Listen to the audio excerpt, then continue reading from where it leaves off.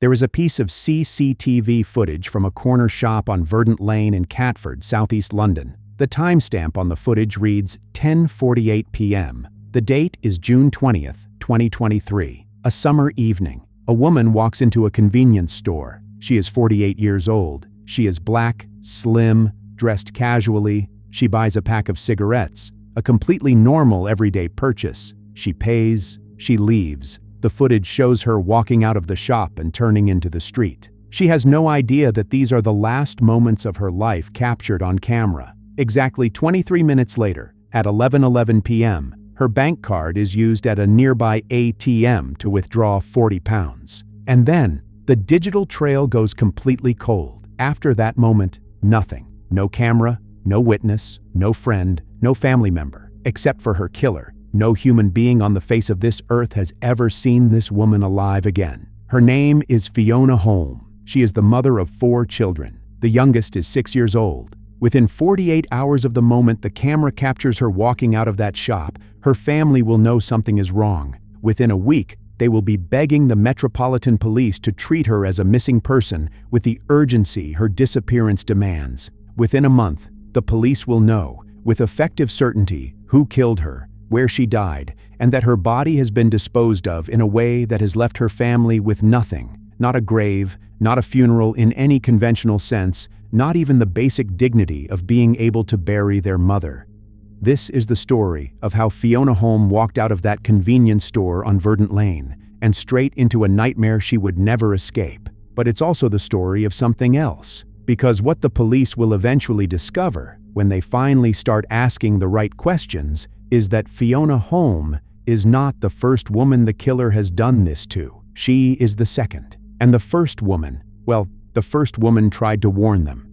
To understand what happened to Fiona, we need to go back. Not weeks, not months, years. We need to go back to a different flat, in a different part of southeast London, and a different woman picking up a different phone.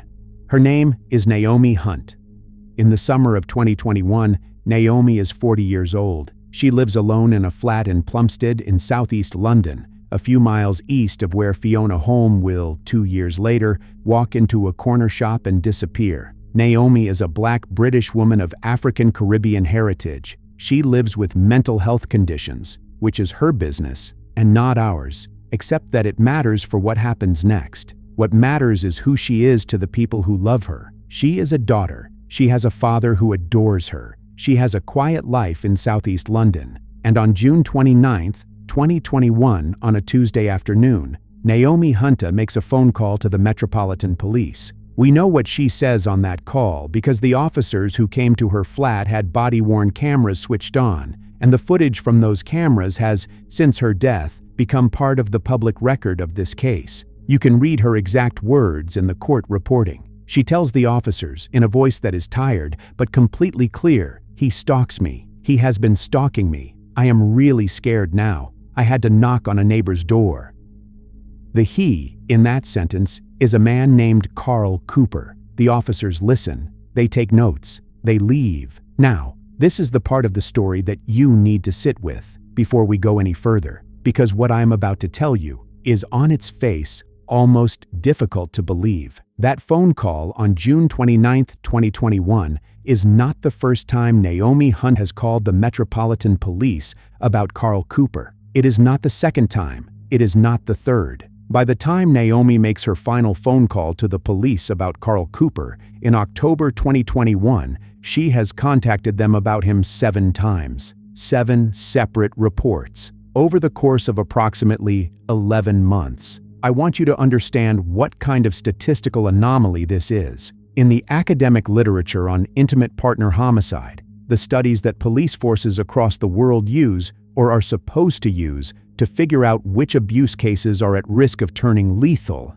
repeat reporting from the same victim against the same named perpetrator is the single most reliable predictor of impending homicide that exists. It is the flashing red light. It is the thing every officer in Britain is trained, in theory, to recognize. What was in those 7 calls? Stalking. Naomi used that word herself, on tape, to officers standing in her doorway. Harassment that would not stop. Physical assault. A door kicked in. And, in at least one report, And this is the detail that the campaigners working for Naomi's father have made public, drawn from the police's own records, a disclosure that Carl Cooper had forced himself on her. In plain English, that last phrase is a disclosure of sexual assault. 7 calls, stalking, assault, forced sexual contact, unnamed suspect. And the response from the Metropolitan Police, the largest and best-resourced police force in the United Kingdom, was, and you need to understand the precision of this word, nothing. Not nothing in the sense that officers never came. They came. They wrote things down. They left. That's a paper trail, not a response. There were no charges that stuck. There was no protective order with teeth. There was no risk assessment that flagged Naomi as a high-risk victim of domestic abuse. There was no specialist domestic violence unit engagement. There was no surveillance of Carl Cooper. There was no warning to him that the next phone call from Naomi would result in his arrest. The 7th call came in October 2021. Naomi put the phone down. The officers wrote their notes. The file was closed. And for the next 4 months, nothing happened. Which is, of course, exactly what Carl Cooper needed. February 2022. The story moves now to Naomi Hunte's flat, the same flat she had been calling police from for over a year, the same flat she had told them she was scared inside. We do not know exactly what happens because there are no witnesses to what happens except for Naomi, and Naomi will not be able to tell us. We know the rough shape of it from the forensic evidence that the prosecution later presents in court. Cell tower data and other phone evidence places Carl Cooper at Naomi's flat on or around February 10, 2022. At some point during that visit, there is a confrontation. There is no sign of forced entry into the flat. She let him in, which tells you everything about how this dynamic worked.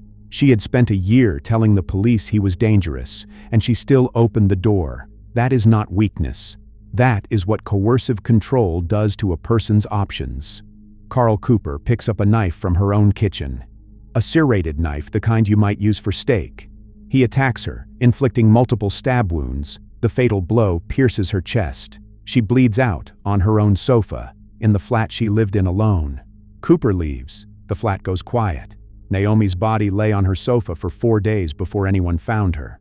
4 days during which she did not answer her phone, did not appear in the corridor outside her flat, did not check her post. 4 days during which the Metropolitan Police Force that had her name in their database 7 times did not, of course, send anyone to check on her because why would they? She was just the woman who kept calling. On February 14, 2022, Valentine's Day, Naomi Hunte was finally found. The Metropolitan Police were called to the flat. They entered. They found her lying face down on the sofa, where she had been for 4 days, surrounded by blood. They found the murder weapon, the serrated knife, with her DNA on the blade. From the very beginning, Carl Cooper was the obvious suspect. And of course he was. He was the man whose name was attached to 7 prior reports from the victim. He was the man whose phone data placed him at the flat 4 days earlier. He was the man Naomi had been telling them about, on tape, for over a year. Carl Cooper was arrested. When officers brought him in, they recovered a jacket that he had been wearing. Forensic testing on that jacket would later return a result that, in any reasonable world, would have been the end of the story. Naomi Hunte's blood was on it, her DNA, on his clothing. In police interviews, Cooper denied everything. He admitted he had been at the flat. He had no coherent explanation for how the blood of a dead woman had ended up all over his coat. This is, by any standard of police work, an extraordinarily strong case, forensic evidence linking him directly to her body. You would expect at this point a charge, a remand into custody, a trial, a conviction. That is not what happened. What happened, and this is the first turn of the story that you are going to find genuinely hard to believe, is that the Metropolitan Police, holding this evidence, looking at this suspect, knowing what they knew, let Carl Cooper go. You need to understand the mechanism because the mechanism is what kills the second woman. When the Metropolitan Police arrest someone in England for a serious crime, they have a limited window to either charge that person or release them. If the Crown Prosecution Service has not yet been persuaded that the evidence meets the threshold for a charge, the suspect comes out. But they can come out under different conditions. They can come out on police bail with conditions, a curfew, exclusion zones, no contact orders, regular check-ins. This is a real, meaningful constraint on a suspect while the investigation continues. Or they can come out under a status called Released Under Investigation, RUI. RUI was introduced in 2017 as a reform. It was meant to fix a problem with pre-charge bail being overused for low-level offenses, holding people on restrictive conditions for ridiculous lengths of time over nothing. RUI lets the suspect go with no conditions at all. No curfew, no exclusion zone, no monitoring. They walk out and resume their life while the police investigation grinds along in the background, sometimes for years. After his arrest in February 2022, Cooper was initially placed on conditional police bail. The investigation continued. Forensic testing on the jacket, cell site analysis, the careful, slow work of building a case strong enough that the CPS would authorize a murder charge. A year passed, and in February 2023, on the one-year anniversary of Naomi's death, with Cooper still not charged, the Metropolitan Police re-interviewed him and changed his status. They moved him from conditional bail to released under investigation. Do you understand what that means? A man arrested for the murder of a woman whose blood was on his coat, whose name appeared 7 times in the victim's police call history, who had been placed at the scene by phone data, was moved 1 year later to a legal status that removed every single restriction on his liberty. They even handed him back his passport. No curfew, no exclusion zone, no reporting requirement, no monitoring, no warning system to the women of Southeast London that the man chatting them up was, at that exact moment, the prime suspect in an unresolved murder investigation. The Domestic Violence Disclosure Scheme, Clare's Law, exists for exactly this kind of situation. Under Clare's Law, the police have a proactive duty to disclose a man's violent history to any woman who might be at risk, but the Metropolitan Police didn't use it. There is no record that they ever attempted to track Carl Cooper's romantic contacts or issue a warning. He was, for all practical purposes, a free man with a clean public face. And while the police were slowly shuffling papers and preparing to lift his bail conditions, Carl Cooper was already integrating himself into the life of another woman. Her name was Fiona Holm. She was 48 years old. She lived in Southeast London, not far from where Naomi Hunte had died 10 months earlier. She was the mother of 4 children. The eldest, Savannah, was 27. The youngest was just 6.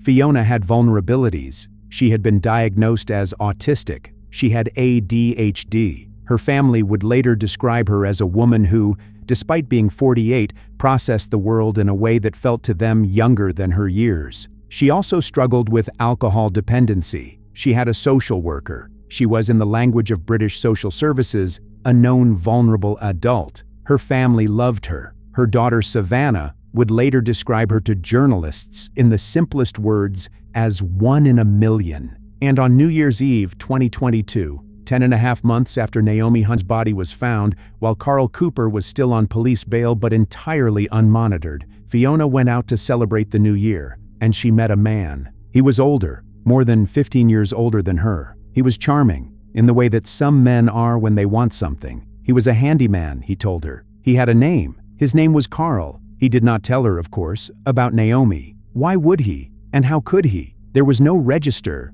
There was no warning. There was no notification system embedded in the architecture of public life that would have caused her phone to buzz with an alert when she stepped close enough to him to start a conversation. There was just a man in a room, telling a woman his name, and a woman believing him. The relationship started. Fiona's family noticed immediately that something was wrong. She grew quieter, more withdrawn. She started drinking more heavily, even by the standards of her existing struggles. She started spending nights at Cooper's flat, a garden flat in a Victorian terrace on Broadfield Road in Catford, less than a mile from the homes of her own family. And then, the injuries started. Her sister Elise saw them. Her daughter Savannah saw them. Bruises that Fiona could not or would not explain. Marks on her body that did not belong on the body of a healthy 48-year-old woman who had, just months earlier, been a present and central part of her own children's lives. And then, one day, she came home with puncture wounds.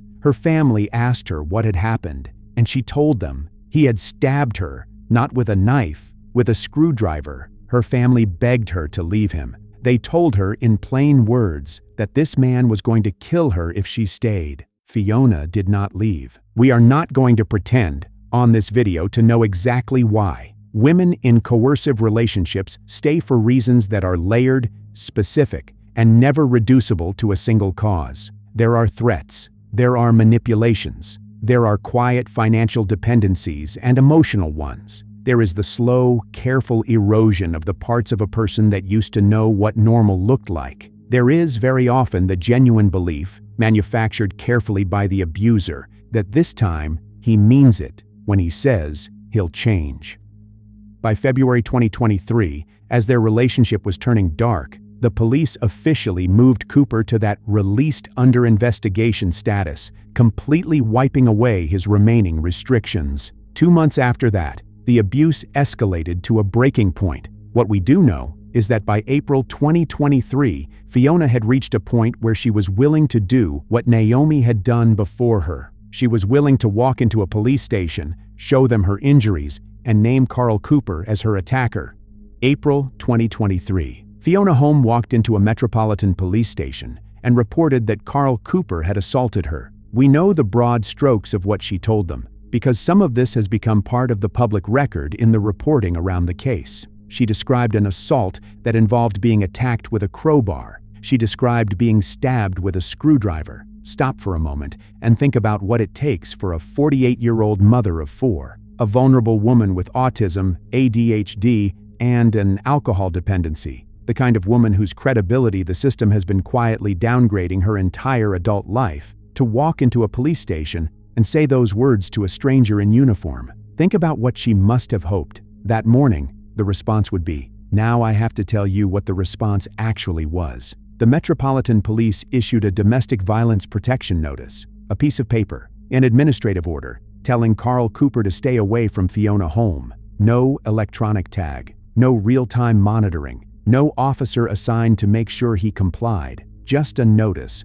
of the kind that is issued thousands of times a year across England, and that, in case after case after case in the reporting on domestic homicide, has proven to be exactly what Fiona's family would later call it, not worth the paper it was printed on. Under British law, a domestic violence protection notice is only a temporary emergency shield. It legally expires after just 48 hours, unless the police take the case to a magistrate's court to secure a longer-term protection order. 48 hours. That was all the time the system bought her. And here is what I need you to hold in your head. This is the part of the story that reveals the true terrifying depth of institutional blindness. When a police officer typed the name Carl Cooper into the Metropolitan Police database that afternoon in April 2023, his profile didn't just show a history of domestic disputes. It flagged him as the prime suspect in an active, unresolved murder investigation.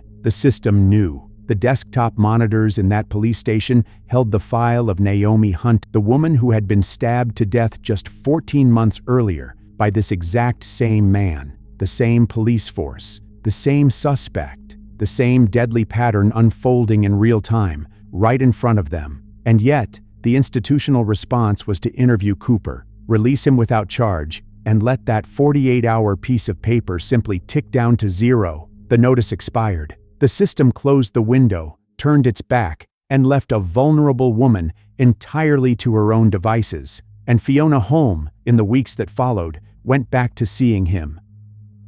June 20th, 2023. A summer evening in southeast London. The sky is still light at almost 10 o'clock. Fiona Holm is at Carl Cooper's flat on Broadfield Road in Catford. At 10:48 p.m., she takes a brief walk to the corner shop on Verdant Lane, buys a pack of cigarettes, and heads back. It is the last time she is seen alive. What happened inside that flat over the next few hours is a nightmare reconstructed entirely by forensic science. We know that lethal violence took place. We know Fiona never left that room. And we know that immediately after, Carl Cooper was handed a gift every killer dreams of: time. And he got that time because of how the system treated Fiona Holm. Fiona had severe vulnerabilities. She was diagnosed with autism and ADHD, and her family would later share that despite being 48, she processed the world with the warmth and innocence of a 15-year-old. Her daughter, Savannah, recalled that Fiona wouldn't see anyone as dangerous. She was the kind of person who would buy groceries for a struggling stranger. She never went offline or ignored her children. By June 22nd, just 48 hours after she vanished, her family knew something was terribly wrong. They tried to contact her, but they were fighting a ghost. Carl Cooper had stolen Fiona's phone. For days after she was already dead, he sent fake text messages to her family, pretending to be her, claiming she just needed some space. It was a cruel, calculated tactic to buy himself time. When the family realized the texts were a sham, they contacted the police. But the authorities brushed them off, classifying Fiona as a medium-risk missing person and refusing to launch an urgent search. Then came June 25th, 5 days after Fiona vanished. While the police were dragging their feet, an anonymous caller dialed 999 and delivered a chilling warning. Carl Cooper has just murdered a woman in Catford. In a blunder that would define this entire case, the police operator dismissed the call, logging it as a hoax, simply because the caller spoke with a strong Jamaican accent. While the police did nothing, Fiona's sister Elise decided to investigate on her own. She walked up to Carl Cooper's flat and froze. A man in a van was parked outside, and Cooper was in the middle of selling off Fiona's clothes. Elise would later say, "I could smell my sister on those clothes. If you love someone, why are you selling their things while they are missing?" The family screamed for help, pointing out to the police that Cooper was also burning things in his back garden and had painted over his windows. The police's response was chillingly indifferent. It's not a crime to burn rubbish. It took 9 days of relentless, desperate pressure from her daughter Savannah before the Metropolitan Police finally formally registered Fiona as a missing person on June 29th. Because of these catastrophic delays, the Metropolitan Police gave a man already suspected of one murder a total of 2 weeks of complete freedom to erase the evidence of a second. And Cooper didn't waste a single second. Inside the garden flat on Broadfield Road, he began a frantic, total renovation. He stripped the curtains from the windows. He tore the carpets from the floors. He went as far as peeling every single layer of wallpaper off the living room walls, trying to scrape away any trace of Fiona's existence. By the time he was done, he had loaded her body into a vehicle and driven it to an unknown location, hiding her so deeply that she has never been found. When the police finally realized their mistake and raided the flat on July 11th, they walked into a gutted, empty shell. Cooper thought he had committed the perfect crime, but he made one fatal mistake. He had stripped the wallpaper. He had scrubbed the floors, but he forgot to look up. Hanging on the wall was his plastic Wi-Fi router. When forensic scientists examined it, they found what Cooper's eyes had missed: microscopic splatters of Fiona Holm's blood. Further analysis of the bare walls revealed the chemical ghost of a massive bloodstain. It was enough to prove she died there, but it wasn't enough to bring her home. Fiona Holm has 4 children. They have no grave to visit, no funeral to attend. The most basic ritual of human grief, the return of the body, has been stolen from them. Stolen by Carl Cooper, who disposed of their mother's remains. And stolen by a system that looked at a murder suspect, ignored a warning call, and gave him 2 weeks to clean the crime scene. Carl Cooper was finally arrested on July 11th, 2023, 3 full weeks after Fiona Holm vanished into his flat. This time, there was no RUI status. This time, he was held behind bars. The Crown Prosecution Service finally made the decision they should have made 18 months earlier. There was more than enough evidence to charge Carl Cooper with murder. In fact, they charged him with 2. The decision was made to try both cases together. Naomi Hunte and Fiona Holm. 1 trial, 1 defendant. The prosecutor's words to the jury were sharp and precise. He described Carl Cooper as a callous bully and a killer, a man with a desperate need to control women, who turned to lethal violence the moment he was challenged. The evidence in Naomi's case was overwhelming. The jury listened to her own voice recorded on police body-worn cameras, crying out from beyond the grave, "He stalks me. I am really scared now." They saw the phone data placing him at her flat and they looked at the jacket pulled from his closet, still stained with Naomi's blood.